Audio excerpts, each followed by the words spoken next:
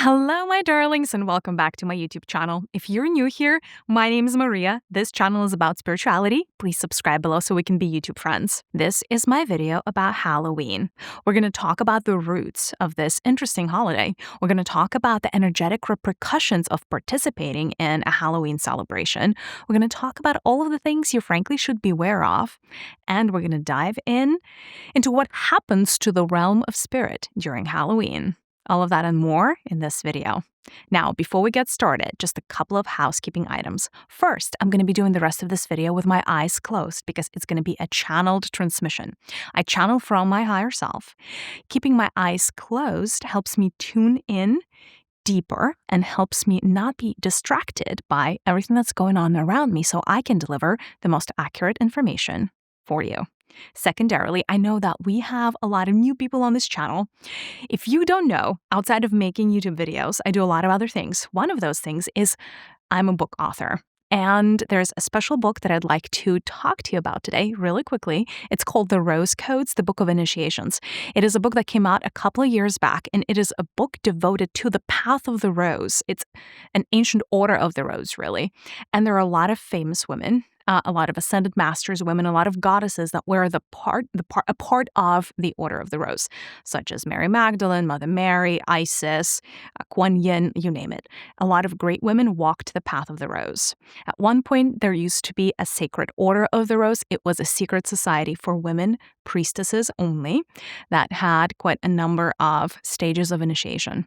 So the lore of the Order of the Rose is coming back to planet Earth right now. All things that are well forgotten are coming back. And this first book that I wrote is a part of a series of the Rose Codes. I'm about to finish book number 2, but the first book is really just the beginning. It's very foundational. It dives into divine femininity. It dives into what it means to be a female priestess, and into the mysteries. So if you're curious, check it out. It's available on Amazon and on Audible. Actually, do recommend that you check it out on Audible because there are a lot of meditations in that book, and audio format is the way to go. On that note, let's dive into the channeling. It is October, and that means that if you're living in the United States, a lot of the houses and a lot of the neighborhoods are decorated to celebrate Halloween. Now, of course, with the proliferation of the Americana lifestyle and all things US and Hollywood, quite a number of countries this day and age celebrate Halloween. With that, I thought it was important for us to dive into what that holiday means energetically for each and every one of you if you're celebrating. What it means if you are out there participating in parades, if you're decorating, if you're dressing up. What does that mean for you energetically? We also are going to trace the history of this holiday to understand how the times have changed and how certain rituals of the past may not be quite so relevant today. All of that and more in this transmission. Now, I know Halloween is a very much beloved holiday. So, if you love celebrating it, if you feel it brings joy into your life, if you feel it is important for your kids to partake, to each their own. I do not mean for this video to be a warning sign or a red flag. All I mean to do is to educate and to inspire, for you to dive deeper, to try to understand the roots of certain celebrations, to try to understand what is it that you're actually celebrating, to try to see beyond the surface level of things into the realm of the unknown.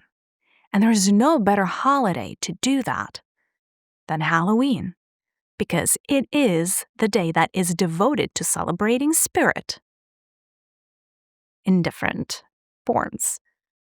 So, that being said, it is ironically a very spiritual holiday now. Every holiday that we celebrate is reflecting something in society. And in many ways, we can say that because there is the holiday of light, such as call it Christmas, but there are different holidays of light in different cultures, there has to be a holiday celebrating darkness. So, in some ways, Halloween is a balancing act to Christmas in the Western society. But let's take a deep dive into the history first before we understand the energies. Now, it's no great secret that Halloween came to the United States, or it was brought to the United States by the Irish immigrants.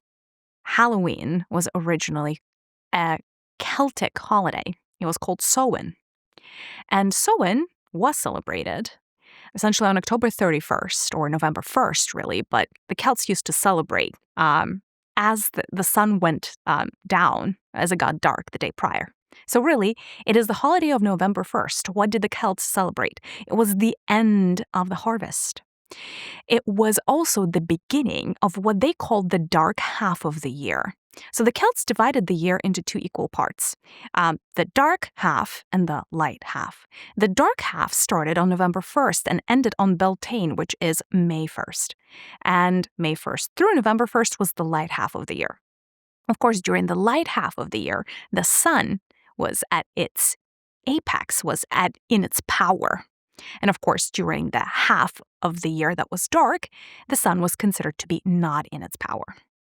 When the sun is not in its power, all kinds of creatures come out to play because the sun is not able to ward off those spirits that it can ward off when it's at its apex, when it's at its strength. So Samhain was a festival. It was a fire festival. It was something that people celebrated when the harvest was about over. So on the one hand, it was very much a full stop. It was very much the ending of one thing. It was also the New Year's for the Celts, right? So it's the end of the old year and the beginning of the new. So we are in this liminal space. We are in this great in-between that was recognized by the Celts.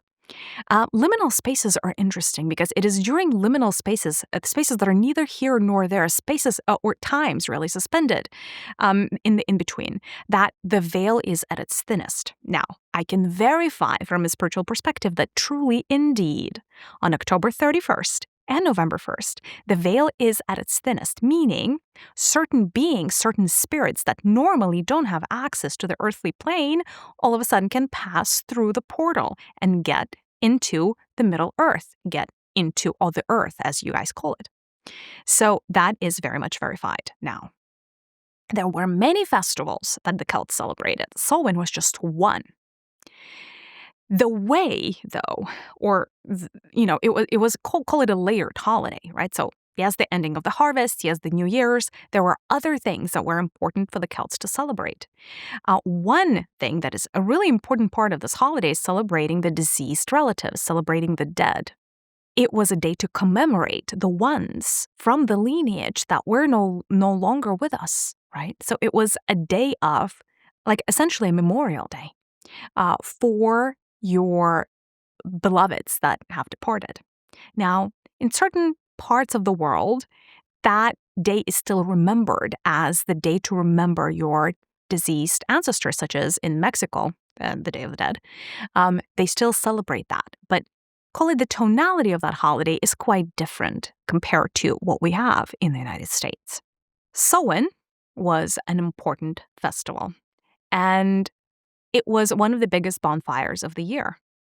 And in the fire, a lot of darkness was transmuted. Now, of course, when we are standing essentially at the threshold, it's one of the threshold holidays. So when the ancient Celts stood at the threshold that separated the light part of the year from the dark part of the year, they recognized that they needed all of the assistance that they could get in order to ward off evil spirits. Let's dive a little bit deeper here.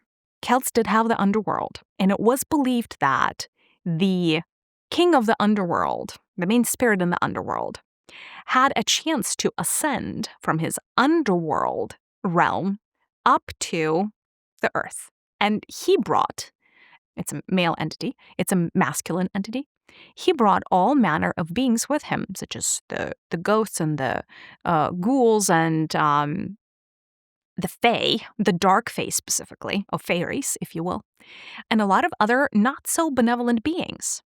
Because of that, ancient Celts felt there was a need for them to protect themselves with fire.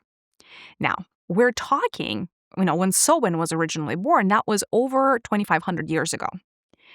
And it was a very different time on planet Earth. The energies of 2,500 years ago are not the energies of right now. I will tell you this. Probably one of the major things that has shifted over that time are the kinds of spirits that walk the earth.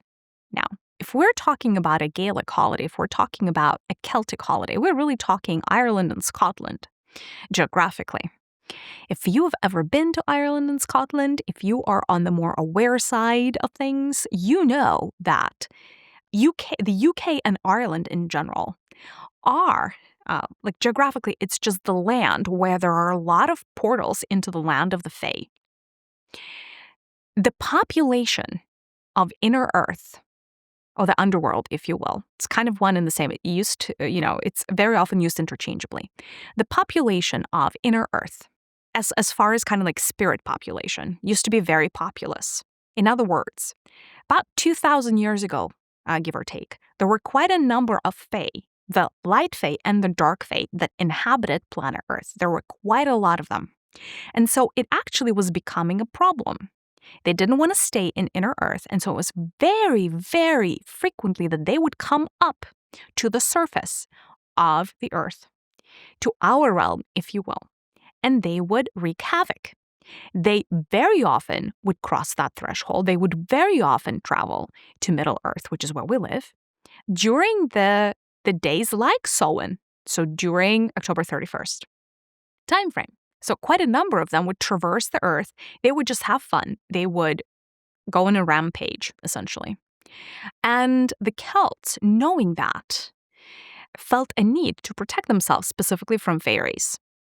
And so they came up with this idea of dressing up in these costumes because there were fairies that were notorious for stealing children and for stealing adults into the underworld, or the Inner Earth, if you will, one and the same thing. And because of that, it was actually a really valid concern to be scared that you're going to be taken away by fairies. And if what you think I'm saying is far-fetched, think about the genre of a fairy tale. There is a reason why fairy is in the word, right, in the root of that word fairy tale, because all of the fairy tales were originally somehow connected to the Fae realm because it was so prevalent. And the Fae would mix and mingle with people so much, and they would be in the realm of the magical, the mystical, the unknown, the unexplainable, the inexplicable, that very often stories associated with the Fae kingdom were the ones worthy of retelling. And that is how the genre of fairy tales was first born, right? So, we think of fairies as the realm of myth and legend, but they were so real at one point. You could see them with your naked eye. You would know people who were taken away by fairies. Like, it was like a thing. And so protecting yourself from the Fae kingdom was a valid concern. Now, there were a lot of fairies that were good. There were a lot of fairies, like entire species within fairies, like the fairy kingdom, Puka, for instance, being one, that would steal children, would steal people. And because it was such a valid concern, people actually on the day where the veil was at its thinnest, Halloween, as we call it right now, would put on scary costumes to look as, unappealing as possible. They would want to pose as somebody that a fairy wouldn't want to snatch, or somebody who would look as if they would put up a fight if the fairy were to approach you, right? Hence, this idea that if you're dressing up, if you're putting on a costume, you're somehow going to be protected. The legacy of Samhain is very much connected to fire. And we still see that even in how people decorate today. You see all of these jack-o'-lanterns, all of these pumpkins that have been carved out, that are lit up by electric lights. And that is yet another myth. And it is believed that for whatever reason, if you have a jack-o'-lantern, you're going to be protected and the spirits are going to bypass your house. I will tell you not so fast, unfortunately, because in those days, people used actual fire to ward off evil spirits. Like I said, there was a large bonfire. People would keep the fire burning all out through the night, in their fireplaces. It was one of those days that you just don't put the fire out unless, and then, there was actually one very ceremonial moment where they would put out the old fire to almost like momentarily reignite the new one. And that was like saying goodbye to the old year and inviting the new year. But outside of that, you would have your fire burning. What we see today is very different. You see a bunch of electric lights. and you see like a fake lamp or something like a fake light inside of a carved out pumpkin, pretending that it's going to ward off evil spirits. I will tell you this: evil spirits are more likely to inhabit your carved out pumpkin than actually be scared of it, because there's absolutely nothing that artificial light from the lamp, electricity, does to evil spirits. They're just not scared of electricity. Electricity doesn't have the same impact as the fire does. It is the fire, and especially the fire that burns bright, like the bonfire fire, that actually has this capacity to scare away spirits. But you need an actual fire, and a candle, unfortunately, is not going to cut it either, because just there's not enough firepower inside of a candle. So that's that. So going back to the history, we have this world where on October 31st, a lot of Celts recognize that there's going to be a bunch of fairies out hunting for children and hunting for them.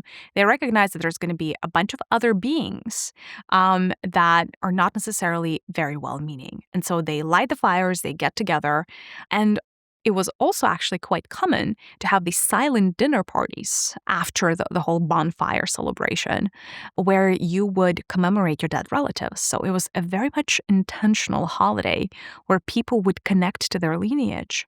And that is why it was very common to eat in silence. And the reason you ate in silence is because as you're eating in silence, you're actually, with your mind, you're connecting to your ancestors, and you really are essentially talking to your ancestors in your mind, instead of being very present with your family, right? So that is where we started.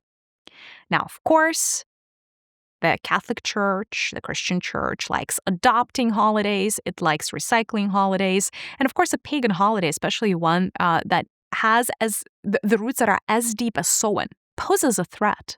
Because if you're trying to implant a new faith, if you're trying to plant a new faith on the people, and the people are celebrating a pagan holiday, and they have all of these myths and legends and all of these lore and all of this tradition baked into that holiday, it is dangerous, because all of a sudden it doesn't fit into a Christian way of the world, way of seeing the world, and which is why the church came up with All Hallows Eve and All Saints, the Day of All Saints, etc.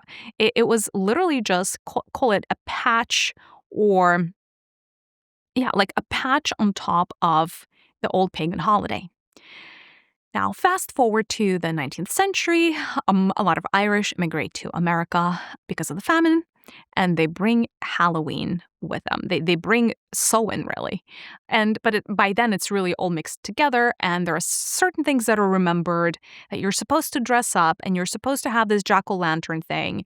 And really, it's kind of like to commemorate the saints somehow, but you kind of do realize like that the one thing that has been kept the same is people are just awaiting a lot of spirits.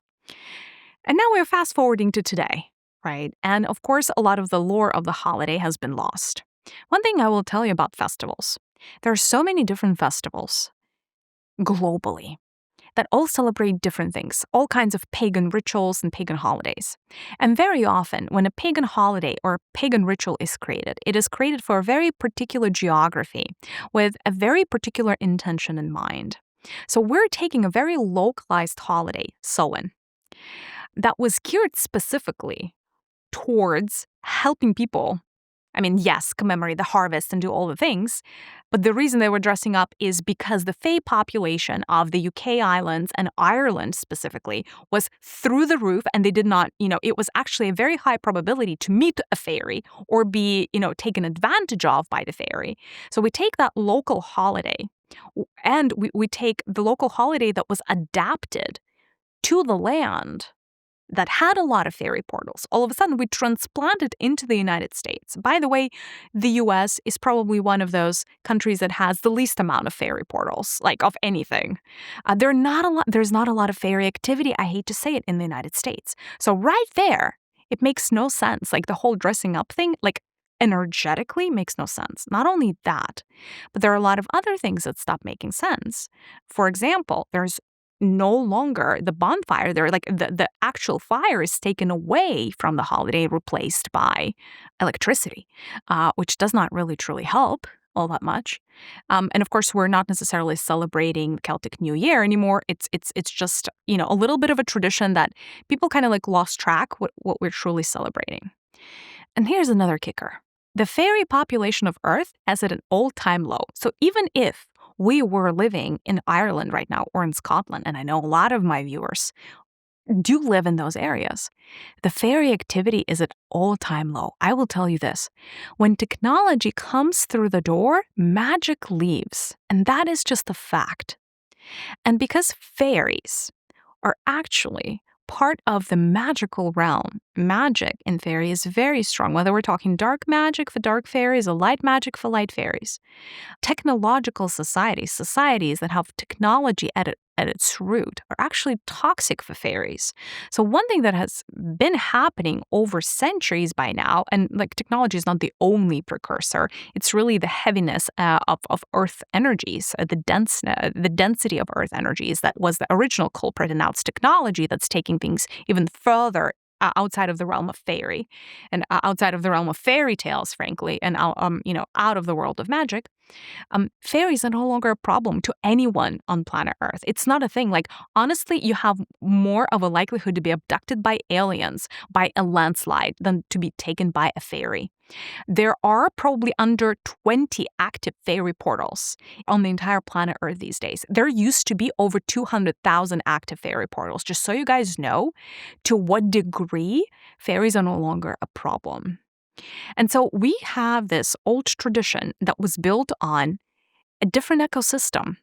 It's almost like, how do I bring it home for you guys? Imagine there was a festival that was built around people being scared of tigers.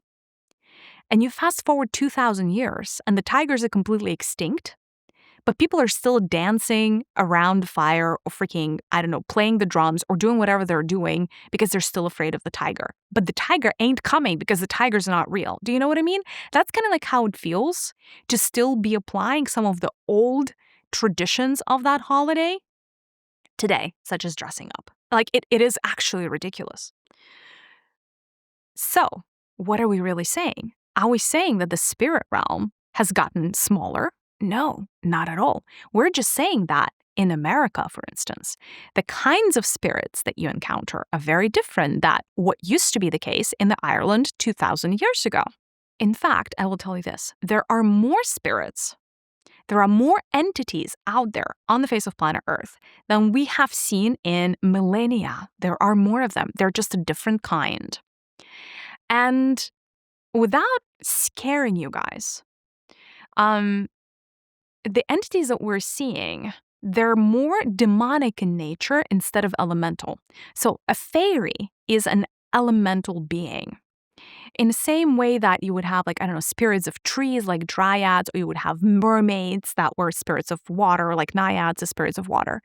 A fairy, or the entire fairy kingdom, they are an air elemental creature. So they're a different kind of breed. The spirit entities that you have these days are lower astral entities that are mostly in nature demonic.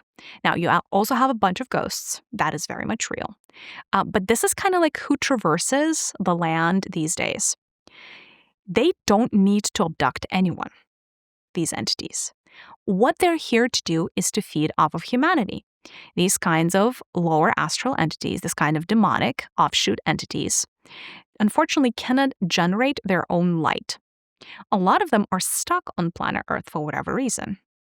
And they cannot find sustenance because they're not able to produce their own sustenance in Middle Earth. They're not able to be fed from our local sun either. So they're hungry and they are consuming human energy. And those are the kinds of entities that we're dealing with on a daily basis right now. So it's no longer the fairies. So this is what I'm going to tell you about Halloween. When I watch how Halloween is being celebrated and what is being recognized, a part of me is dying inside because it makes no sense what's going on from the energetic perspective. And let's start dissecting what people are actually doing. First things first, you decorate your home. Okay, let's start there. You decorate your home and the outside of your home with all kinds of creepy objects. God, what haven't I seen is the question. You have all kinds of monsters. You have your zombies. You have your skeletons. You have, of course, your beautiful pumpkins. You have all manner of different objects. There are a few things that are happening when you do that, when you decorate your house. Now, of course, every single object that you select to decorate your home for Halloween is going to have its own energy. Let's pick the first one. Let's not go too far. A skeleton. If you're putting a skeleton outside of of your home and lighting it up cute, or you're bringing a skeleton indoors, or you're dressing up as a skeleton, what is a skeleton a proxy for? The skeleton is the proxy for the energy of death. There's absolutely nothing scary about the energy of death if we actually think about it. Death is just a part of the life-death cycle. It is one of the domains of the Divine Mother. Before things can become alive, they have to become dead because the energy has to come from somewhere. And usually E equals MC squared. We have an equal amount of energy. So, things, in order for something to get birthed, the energy needs to come from somewhere. So we need death. There's nothing inherently bad about death. So what happens when you invite a skeleton, which is the proxy for death, into your life? You start attracting people, circumstances, and events that vibrate at that frequency. What does death symbolize? Death is an ending of something, really, not to be morbid. So when you're wearing a skeleton costume or when you're placing a skeleton in your house, this does not mean that somebody in your house is going to die, okay? That's not where I'm going. This is a little bit more subtle than that, and we have to start developing that discernment. So what's going to start happening? What's going to start happening is you're going to start attracting endings in your life. Death comes in many ways, shapes, and sizes. Yes, it could be a death of a pet or a loved one, but that is so unlikely, you guys. But it may bring about endings. It could be you being fired from a job. It could be you losing a relationship. It could be you not getting into, getting something that you really want. And it could be representing an end of a dream. And that is the energy of death. That is the energy of the skeleton, right? So if you're putting a skull in your household, understand that this is an invitation for an ending to come through. And then don't be surprised if something ends quite abruptly or unexpectedly and something that you did not want to end, right? Because the energy of death, and I will tell you this, there are, there are regular energies, and then there are kind of like the major energies, the arc energies, if you will. And the energy of death, kind of like in tarot, it's a major arcana card. It is not an energy that you trifle with. It is not an energy to fool around with because it is so strong. It's going to come and take over your life. It is not a minor thing to be inviting the energy of death. You better be ready for the consequences. So that's that. Another thing. Normally, our households are fairly well protected. Obviously there are a bunch of benevolent beings. You guys all have your guardian angels and whatnot. The moment you start decorating your houses for Halloween, a lot of that work goes through the roof. And that is an important concept. Here's an important concept that I want to introduce today. This concept is called the back door. And the concept of the back door is actually very important if you're trying to understand the non-benevolent beings. As a general rule, a negative entity, let's call them entities, parasites or whomever, they're not going to have access to your body or your home by default unless there's a back door. What is a back door? A back door is something that makes you a vibrational match to that entity.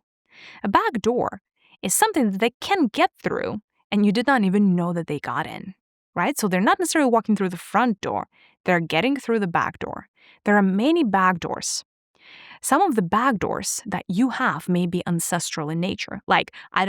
Your great-grandmother could have had a love spell ritual, and that is considered black magic.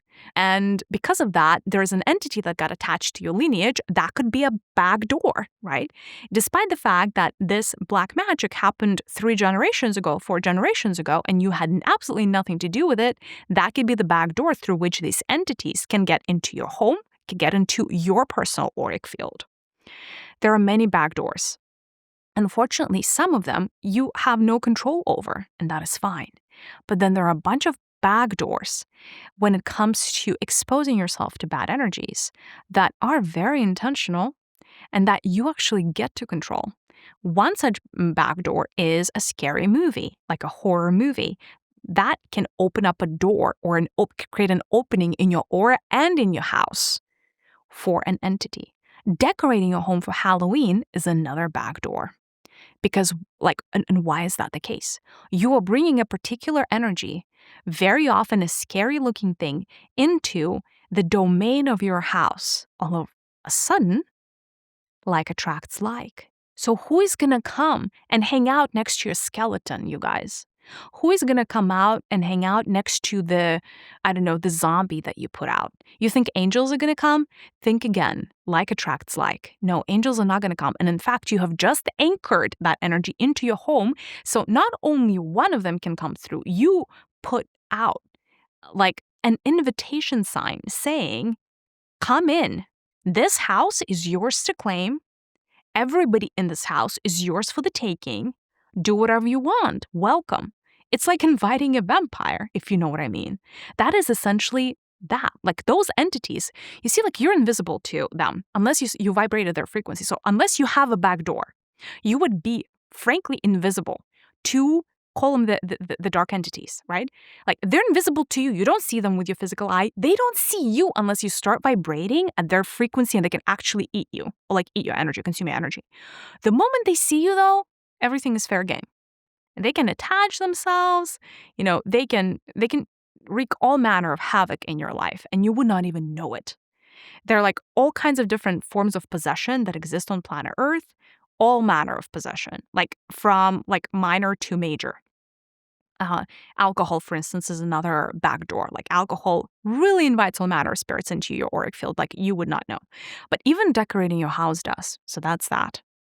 So you're anchoring all of these energies. You're giving them full permission to enter your house. So you think you're doing the opposite. But the reason it doesn't work that way is because the only entities that these, call it nasty costumes, used to ward off away were the fairies. The demons ain't scared of your skeleton. They vibrate at that same frequency, you guys. They're going to be like, oh, hello, buddy. I'm glad you're here. Now I can be here too, right? Some of you may be wondering, okay, Mariya, we're floating in all of these bad spirits. Like, what's the big deal? Hey, maybe you're right. Maybe there is not a big deal. Like, to your point, there are quite a number of negative entities. You would be surprised, though, how many things, negative, like little negative things and big negative things, these entities create in your life just because of their presence in your body, in your home, in your relationships. They can cause arguments between people. They can cause you to lose your temper. They can cause you to do all manner of things, including in very extreme cases, to commit crimes. So, depending on the level of possession, right? So, again, this is not something to be trifled with, and you just have to beware. So that's that. Again, if you're carving, kind of didn't want to go there, but I think we're going there anyway. If you're carving out a pumpkin, and even if you if you don't light it up, it's kind of even worse. But even if you light it up, what is a pumpkin? It's essentially, like when it's carved, right? It's a face, and we know that. What do spirits that are not embodied, what do they want most of all? Number one, they want energy. What is the second most important thing these non-embodied spirits want? They want a body, you guys. They want a body. They want to feel what it is to have a body. They're looking at all of these people walking around and like, they have a body, that must be fun. A lot of these entities, when they get into your homes, or when they're just hanging out, and by the way, a whole lot of them are truly coming through from the underworld, for the lack of a better term, on October 31st. They're going to be looking to embody things. And a hollow pumpkin is a perfect object to embody. By the way, they like embodying dolls too, and even some stuffed toys. But hollow objects are the easiest to embody. You know how a lot of dolls are hollow inside? If it is a hollow object, they really love that because that gives them the sense of like inhabiting. In the same way that a soul inhabits a human body, they will literally live inside of your carved out pumpkin. And so I would say, like, if you're trying to ward off evil spirits by carving out a pumpkin, I hate to say it, but you're giving them a body um, in order for them to feel good and embodied. And by the way, they don't have to leave, is the problem. They don't have to leave on November 1st. They don't have to go November 2nd. So they just may stay and hang out. And no, it doesn't mean like, okay, like when your house has a bunch of entities, it doesn't mean that you're going to start like hearing weird things or like feeling different energies. Although in extreme cases, that is the case. Like you may start hearing sounds, music playing, I don't know, some weird motion. Like you may start like seeing things, And those are real, by the way, you're not making them up. But it doesn't have to be to that extreme. A lot of entities, I would say the 99.99% of entities, they're not here to be seen. They're just here to softly, quietly feed off of your energy. Now, all of these entities are not created equal. Some eat just particular kinds of energy. They usually, they have favorites, right? It's like in the same, like, I don't know, like some of them kind of like would only prefer candy. Others would only want meat. And I don't know, the third type would only want green leaves or whatever. Like they specialize in the emissions that they like to consume, right? Which is why you can have hundreds in your home and not even know. And yet, talk about chronic fatigue. Of course, we have chronic fatigue as a society. We're completely unaware of the unseen world. And in fact, we are really good at inviting it in, which is really scary. So that's that, right? Like, just beware the energies that you bring into your house. There are back doors to you personally, and then there are back doors to your home, right?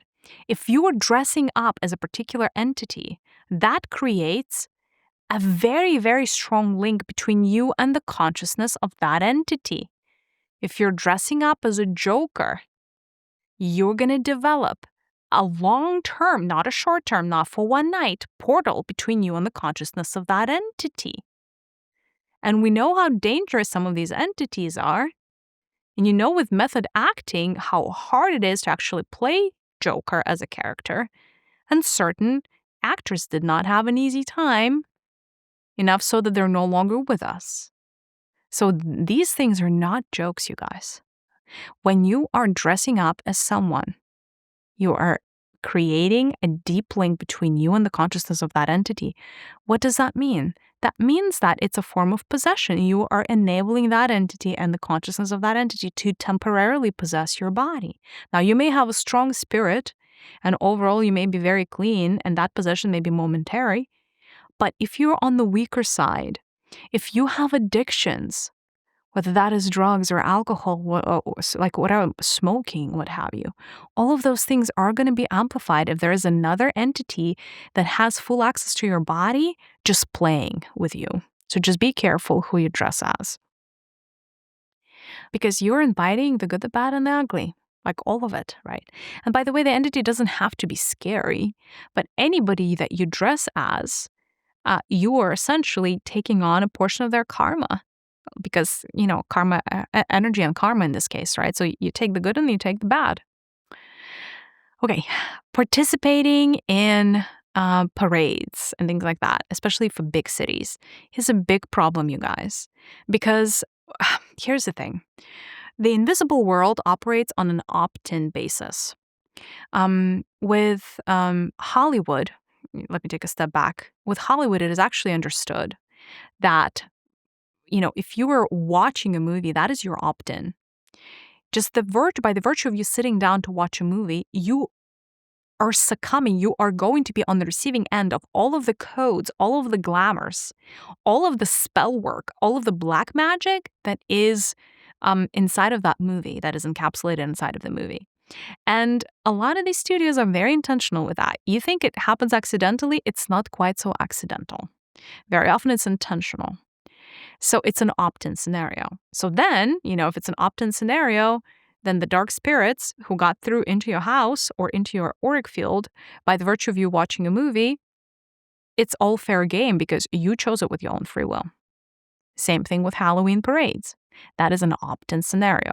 You show up, you dress up, and I don't care if you dress up as Tinkerbell or as, I don't know, a Disney princess, something that's like kind of not bad or not scary. It doesn't really matter, because if you choose to partake in a Halloween parade, you're opening the back door wide.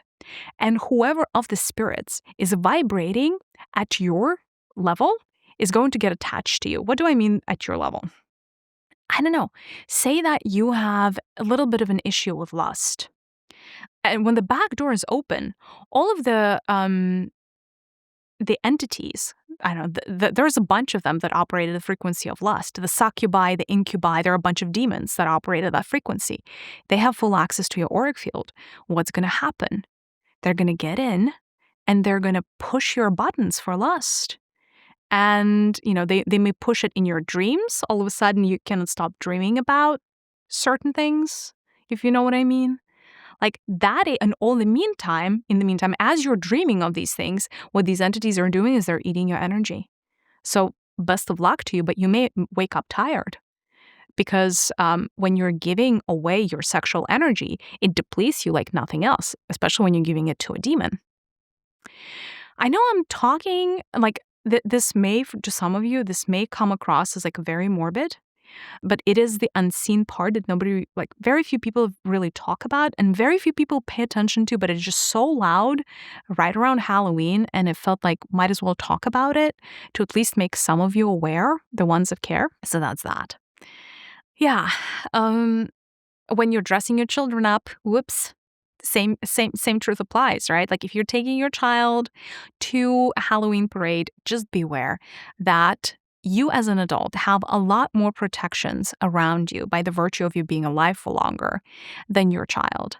So by succumbing your child to the energies of Halloween, if your child has backdoors from past lives or whatnot, they're going to walk out with a bunch of entities sitting on them and consuming their energy. I'm just saying. Some of you are like, okay, Mariya, what are you really saying? What are you really saying? Like, should we be afraid? Should we just stay home? And because this is all doom and gloom and we're all doomed. And if we listen to you, it feels like all of these entities are always out there to get us. And, what do you recommend? I actually don't recommend decorating your home for Halloween. Let's be real. I don't recommend decorating your home for Halloween. I don't know how you want me to say it. Fine. You could put the pumpkins if you want to decorate for fall. Decorating for fall is not the same thing as decorating for Halloween. The moment you start carving that pumpkin up, it invites it, like, I've yet to see a pumpkin that doesn't have like a little entity attached to it if it's carved. I've yet to see one. I have not seen one. Now, not all of them are like extremely negative entities. Some of them are just like curious or like mildly mischievous. But do you really want that energy inside of your house? I don't know. I mean, it's up to you, of course. I mean, this is a free will universe. You do you, of course. I also don't really recommend participating in Halloween parades. Now, some people because I'm getting a whiff of questions from the collective, some people are like, well, Mariya, you should be just recommending protections for us. I could. But the thing is, if you guys have a back door, and through that back door, a massive demon got in, getting rid of that thing may take you lifetimes. I'm just saying, some of the back doors, like I said, you're born with. And some of these entities have been having access to your body from past lives rituals, and you may already be carrying them inside of your aura, but there's always something to be said about aggravating the matter. I don't think we need to make the situation any worse, right? Like there's already too many entities out there. So personally, I would not celebrate Halloween in the way that it is being celebrated right now. So let me take a step back and tell you what I actually would celebrate. I think it is a shame that we stopped celebrating the Day of the Dead. I think it is a shame that we stopped celebrating our dead ancestors. Largely, I'm not talking Mexico, but I'm talking a lot of the Western world. I think it is a shame that we do not talk to our deceased relatives. Everybody has the capability to do so.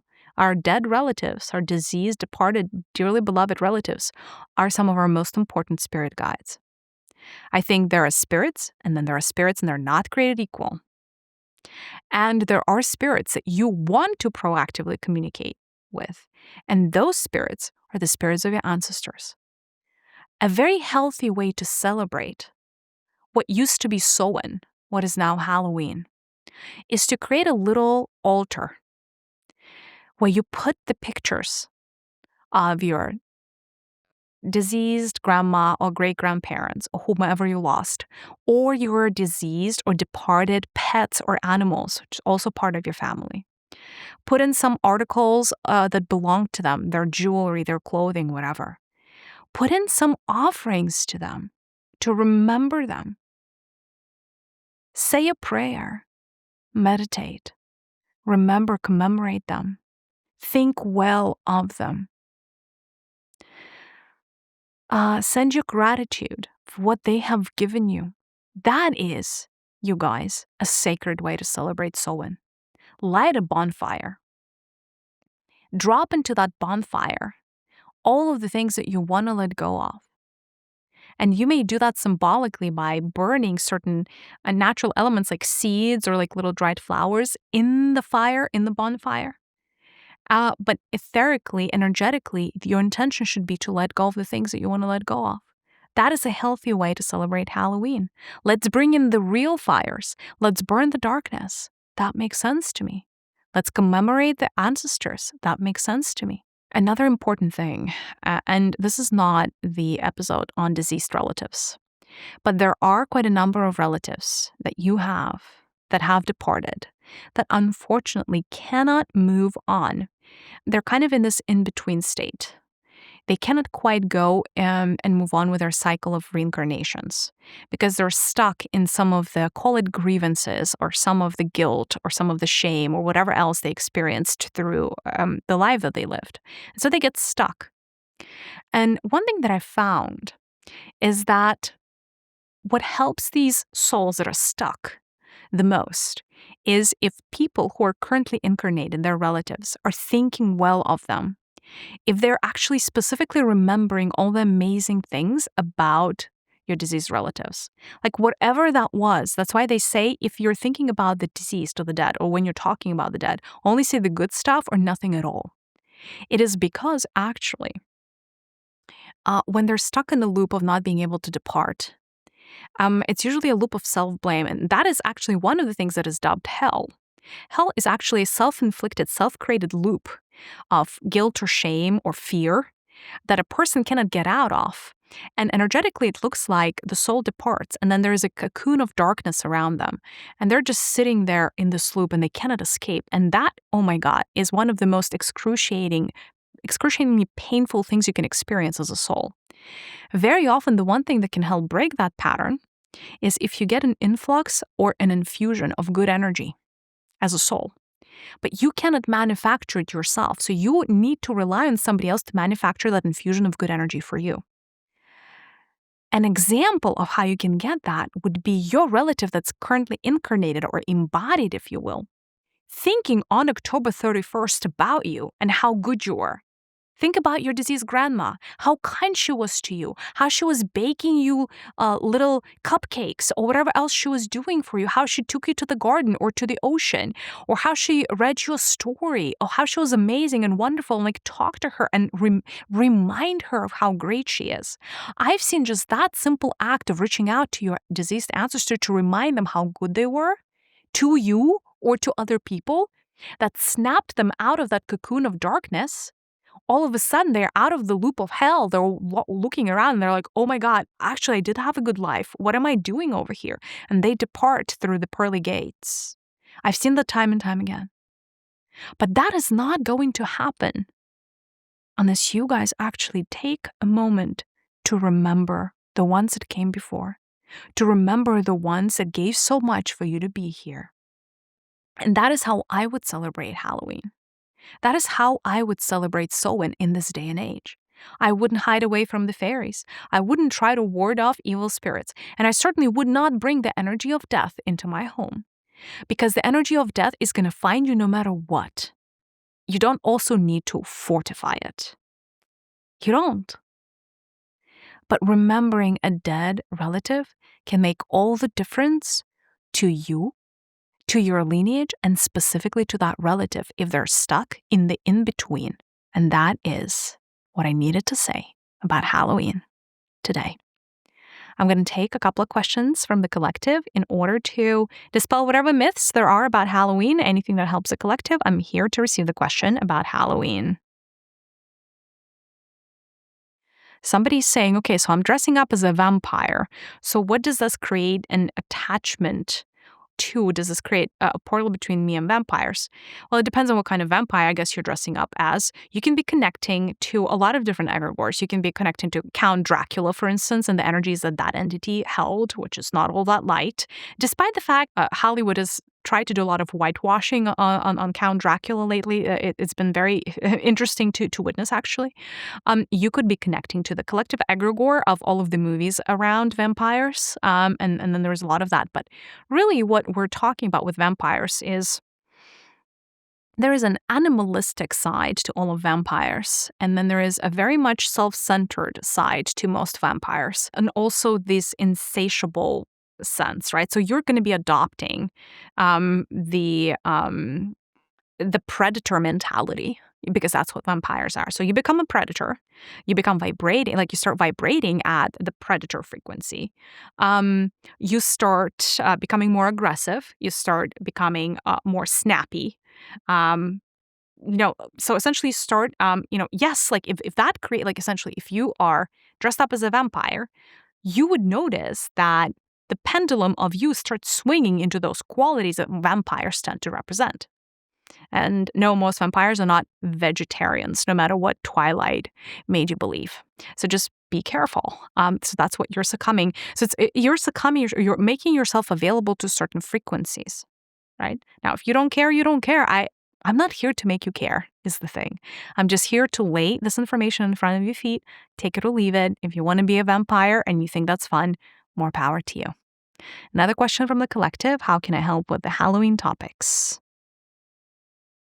Yeah, there is that question about the jack-o'-lantern keeps coming up. So shouldn't we be carving? And what should we be carving if we want to be carving? If you want to carve a pumpkin, don't carve out a face.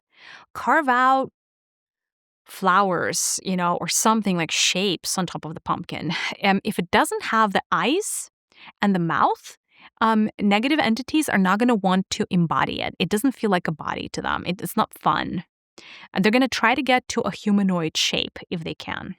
So no, if you have like a pumpkin that's carved out with like little flowers or like little triangles or little squares, they could care less about that, let me tell you. So you're probably safe if you want to do the pumpkin carving activity just for fun. You can just be careful what you're carving. Please don't carve jack-o'-lanterns. That's just not, call it, it's not good hygiene. It's not good spiritual hygiene. Okay, I'll take another question since these are quite short. The question is, do you see any issues with the concept of trick-or-treating? I mean, I do and I don't. You guys, you're making me go into like territories that I would rather not go. Well, obviously, kids dress up like right then and there. Like I already have a problem with that. Secondarily, you're not going to like this, but I have to say, there are a lot of people out there. And then there are a lot of people that specifically on Halloween practice black magic. I'd like to pretend black magic is not real. And frankly, I'm like just so done fundamentally with it, with the topic of black magic. And I'm just so ready for humanity to be done with it because it's been done and so many times and so much karma has been already created from black magic that I like it. We just need to be done with it. The problem is we aren't. So a lot of people are going to do black magic rituals on the candy that they give out during Halloween. And you would never know who's a freaking witch. Let me tell you, like the modern witches don't look like witches. And not all witches are good, because there's a little bit of the whitewashing of the witch archetype as well. Not all witches are good. Now, not all witches are bad, of course. Just the concept of your kids knocking on somebody's door and being handed a candy. If there's a black witch that lives in that house and you don't know she's a black witch, she can take so much just by the virtue of handing a candy to your kid. There is such thing called an energy exchange. An energy exchange in this world means if I give you X, you should give me Y. There should be an energy exchange. When a kid knocks on the door and says trick or treat and whatever else they're saying, and then I'm handing them a piece of candy, then according to the law of the universe, this kid owes me something back. And, you know, if you're a normal person, you don't get to decide what, the universe gets to decide what the kid owes you back, because there's always payback. There's no other way around it. But if somebody on the receiving end is a black witch, they can take whatever they want from that kid, including 5 years of their life. And I've seen it happen time and time again. And again, black magic on Halloween skyrockets. The number of black magic rituals and satanic rituals on Samhain skyrockets. You guys, skyrockets, 1,000x more frequent. So if you think that these things are not real, think again. Those things are very real. I would not want my children anywhere near trick-or-treating. I'm just saying. I don't know if that helps you. Just buy your kid the candy. I mean, yeah. Or if you're like, my kid absolutely must go trick-or-treating, then do the clearing every time they go and walk into a house. And literally cut the debt, because there is a debt that's going to be created between that person who gives them candy and your kid. And it looks like a black cord in many cases. Cut the cord every single time and wash away your kid with a waterfall of golden light. And that should take care of about 90% of stuff. Now, on the receiving end, there may be a witch that's so powerful that your cord cutting ain't going to cut it. But at least if there's no way around trick-or-treating, that's what I would do as a responsible parent. You guys, I love you so much, and I didn't mean to, for this episode to get so morbid and so dark. But Halloween is not a holiday of light. I hope I'm not telling you anything that is surprising, because, hey, if you're living in the United States, walk out of your home and see how many freaking ghosts and skeletons you see, during your 10-minute walk, right? Those things are around us. And we need to understand that those things are not just symbols. They are magnets for energies. And energy is real. Energy is real. Your dog is not crazy. Your cat is not crazy when it's tracing an empty space with its head. The entities are real, and they're everywhere. And we already have enough backdoors. We also don't need to use Halloween to create the new ones. Sending you so much love and light. And be mindful and be vigilant. I know you got this, and I'll see you in the next video. Bye, loves!